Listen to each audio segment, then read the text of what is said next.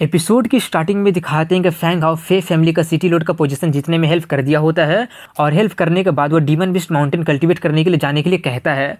वो लोग उसे कुछ दिन वहीं पर रुककर कल्टीवेट करने का सुझाव देते हैं, लेकिन वो नहीं मानता है और उन्हें गुड बाय बोलकर वहाँ से जाने लगता है। और वो अपना फार्मासिस्ट वाला ड्रेस पहनकर जा रहा होता है, जिससे लोगों को उसका आइडेंटिटी के बारे में पता चल जा रहा होता है।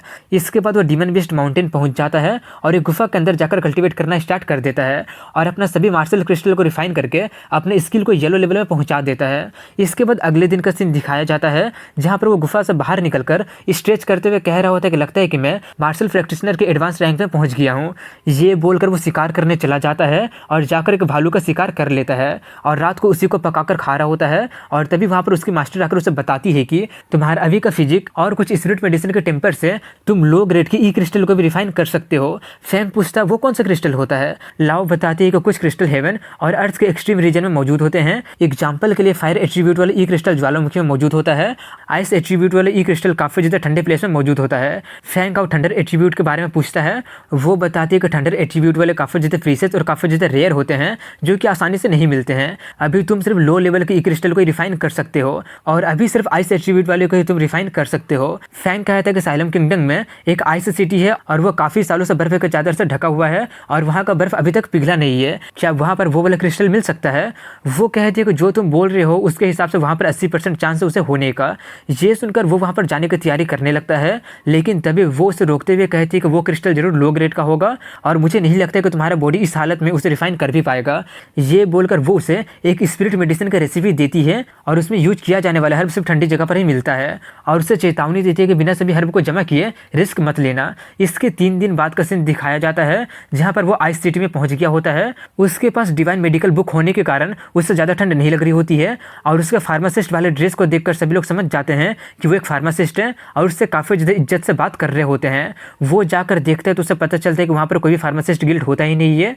ये देखकर वो अपने मास्टर से पूछता है कि अब हम हर्ब कहाँ से खरीदेंगे। ये सुनकर वो कहती है अरे इडियट, क्या मुझे ये भी तुम्हें बताना पड़ेगा? यहाँ पर मेडिसिन का मार्केट प्लेस है, जाकर वहाँ से खरीद लो। और एक बात फिर से बता देती हूँ कि बिना सभी हर्ब को जमा किए ई क्रिस्टल को रिफाइन करने के बारे में मत सोचना।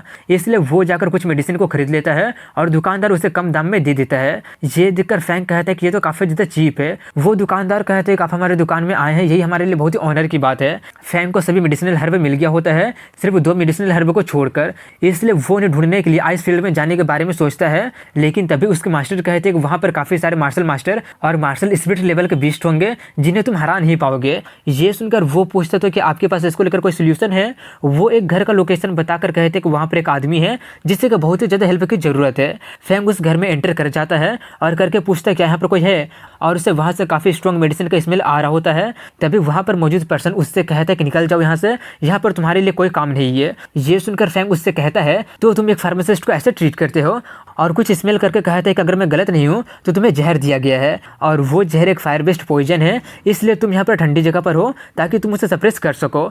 और वहाँ का मेडिसिन देखकर सोचता है कि इस तरह का मेडिसिन मार्केट में नहीं मिलता है, इसका मतलब जरूर ये आइसफील्ड गया होगा और वहाँ से लेकर आया होगा। कहीं इसका मतलब इसके पास बाहर जाकर स्पिरिचुअल हर्ब को लाने का एबिलिटी तो नहीं है ना।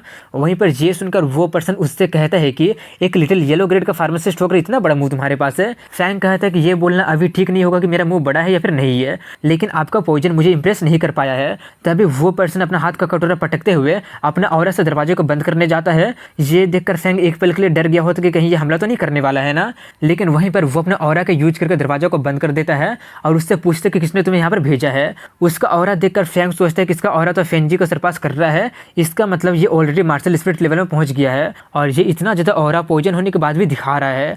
ये सब सोचकर फैंग उससे कहता है कि मुझे गलत मत समझना, मैं आपको नहीं जानता हूँ, मैं तो बस यहाँ से जा रहा था, डिस्टर्ब करने के लिए मुझे माफ़ कर दीजिएगा। ये बोलकर वो उससे कहता है कि क्यों ना हम एक डील करते हैं, मैं आपका पॉइजन को क्योर कर दूंगा, उसके बदले आपको मुझे एक फेवर करना पड़ेगा। ये सुनकर वो कहता है डील, और वो भी एक येलो ग्रेड के फार्मासिस्ट से। फैंग कहता है कि मैं येलो ग्रेड से जाता हूँ। ये बोलकर वो अपना मेडिसिनल ऑरा दिखाता है। ये देखकर वो काफ़ी ज़्यादा शॉक्ड हो जाता है और हैरान होकर कहता है कि मिस्ट्री लेवल का फार्मासिस्ट। ये बोलकर वो उससे पूछता है तो क्या तुम शैडो टेम्पल को नहीं जानते हो? फैंग पूछता वो क्या है? ये सुनकर वो पूछता बताओ कैसा हेल्प तुम्हें मुझसे चाहिए? अगर मैं हुआ यून त्यान वो करने में सक्षम हूँ तो जरूर तुम्हारा हेल्प करूँगा। उसका सरनेम सुनकर फैंग थोड़ा सा चौंक जाता है और सोचता है कि ये तो साइलम किंगडम का रॉयल सरनेम है, कहीं इसका मतलब ये रॉयल फैमिली से बिलोंग तो नहीं करता है ना। ये सोचकर वो उससे कहता है कि मैं आइस फील्ड के डेप्थ में ट्रैवल करके कुछ स्पिरिचुअल मेडिसिन को ढूंढना चाहता हूँ, लेकिन जैसा कि आप देख ही सकते हैं कि मैं सिर्फ मार्शल प्रैक्टिशनर लेवल में हूँ, इसलिए मुझे प्रोटेक्ट करने के लिए आपका हेल्प चाहिए। ये सुनकर वो कहता है कि अगर तुम मुझे डिटॉक्सिफाई कर दोगे तो मैं तुम्हारी रिक्वेस्ट को पूरा कर दूंगा। इसके बाद वो उसका पल्स को चेक करता है और चेक करके बताता है कि ये मिस्ट्री ग्रेड का हाई लेवल का पॉइजन है। ये एक स्पेशल तरह का फायर बेस्ड पॉइजन है जो कि बॉडी में एंटर करके 5 इंटरनल ऑर्गन में छुप जाता है और धीरे धीरे करके ऑर्गन को सड़ाना स्टार्ट कर देता है। आप कोल्ड मेडिसिन के यूज करके उसे काफी टाइम से सप्रेस करके रखे थे, लेकिन इससे वो सिर्फ कुछ ही टाइम के लिए रुका था। अगर मैं गलत नहीं हूँ तो आप इस हीट पॉइजन से लगभग 10 साल से सफर कर रहे होंगे। यून चियान थोड़ा सा चौंकते हुए पूछता है क्या तुम इसे सॉल्व कर सकते हो। ये पूछकर वो सोचता है कि ये सिर्फ मेरे पल्स को ही चेक करके इतना कुछ बता दिया है, ये इंडिड मिस्ट्री लेवल का फार्मासिस्ट है। वहीं पर फैंग कहता है ऑफकोर्स ये सॉल्व किया जा सकता है, लेकिन काफ़ी टाइम होने से पॉइजन बोन मैरो में चला गया है, इसलिए इसे पूरी तरह से खत्म करने में लगभग 1 साल लग जाएगा।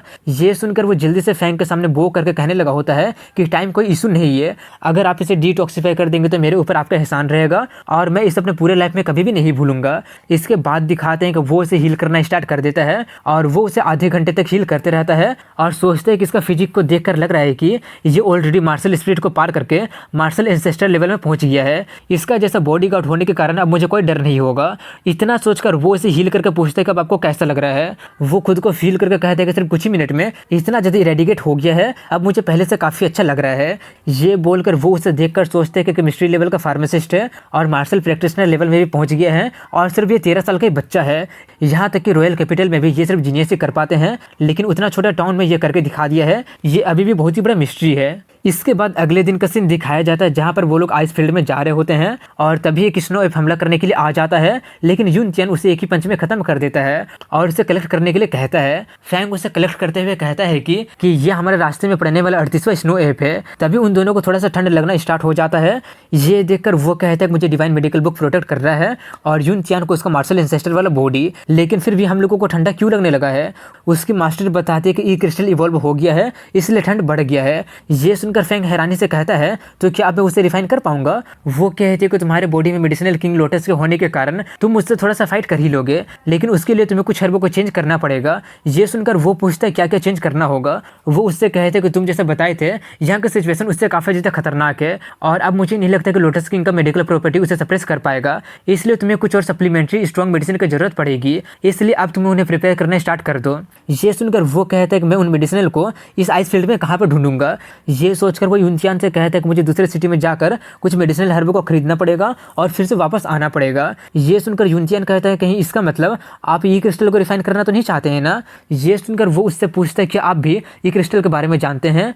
वो कहता है कि मैं इस आइस फील्ड में पिछले 10 साल से हूँ और ये मेरा लाइफ का बर्बादी होगा अगर मैं उसे ना देख पाऊंगा तो। ये बोलकर वो उससे पूछता है कि आपको किस तरह का मेडिसिनल हर्ब चाहिए। फैंग उसे बता देता है। ये सुनकर वो कहता है अगर ऐसी बात है तो हमें इबाराकी का 5 सिटी में जाना पड़ेगा। ये सुनकर फैंग कहता है लगता है कि हमें वहां पर ट्रैवल करना पड़ेगा, इसलिए अगर आप रास्ता दिखा देंगे तो काफी अच्छा होगा। ये सुनकर वो फैंग को लेकर उड़ने लगता है और कहता है कि चलते रहने में काफी ज्यादा टाइम लग जाएगा, इसलिए उड़कर चलते हैं। वो अपने पीठ में की का यूज करके 2 पंख को क्रिएट कर लिया होता है और उसी से उड़कर वो लोग जा रहे होते हैं और सिर्फ मार्शल एंसेस्टर लेवल वाले ऐसा कर सकते हैं। इसके बाद दिखाते हैं कि 2 सिटी में छानबीन करने पर फैंग को ज्यादा कुछ नहीं मिला होता है और उनका अगला सिटी गुशी सिटी होता है। गुशी सिटी का नाम सुनकर वो थोड़ा सा चौंक जाता है। उसका वैसा रिएक्शन देखकर यूनचियान पूछता है कि क्या आप गुशी सिटी के बारे में जानते हैं। फैंग कहता है हाँ मैं वहां पर 2 बार गया हूँ, मेरी मम्मी का फैमिली क्योंग फैमिली है जो कि उसी सिटी में रहते हैं। ये सुनकर वो कहता है अगर ऐसी बात है तो हमें उनसे जाकर मिलना पड़ेगा। ये बोलकर वो लोग जाने लगते हैं और फैंग सोच रहा होता है कि मैं सोच रहा हूँ कि ग्रैंडफा कैसे होंगे और लिंगियर वो भी ग्रोन अप हो गई होगी। इसके बाद गुस्से सिटी को दिखाते हैं जहाँ पर वो ये देखकर काफी ज्यादा शॉक्ड हो गया होता है कि वहाँ पर काफी ज्यादा सन्नाटा होता है। वो सब देखकर फैंग को समझ में नहीं आ रहा होता है कि आखिर ये सब क्या हो रहा है। तभी वो अपने घर में जाता है जहाँ का दरवाजा बंद होता है। ये देखकर वो थोड़ा सा चौंक जाता है। ये देखकर वो दरवाजा पीटने लगता है और कहता है कि ये मैं हूँ और तभी दरवाजा थोड़ा सा खुलता है और फैंग हाओ पर तीर से हमला कर दिया जाता है और यहीं पर इस एपिसोड की एंडिंग हो जाती है। अगर वीडियो पसंद आया होगा तो लाइक कमेंट शेयर के साथ चैनल को सब्सक्राइब जरूर करें। मिलता हूँ कल इसी वक्त अगले वीडियो में, तब तक के लिए हैव अ गुड डे।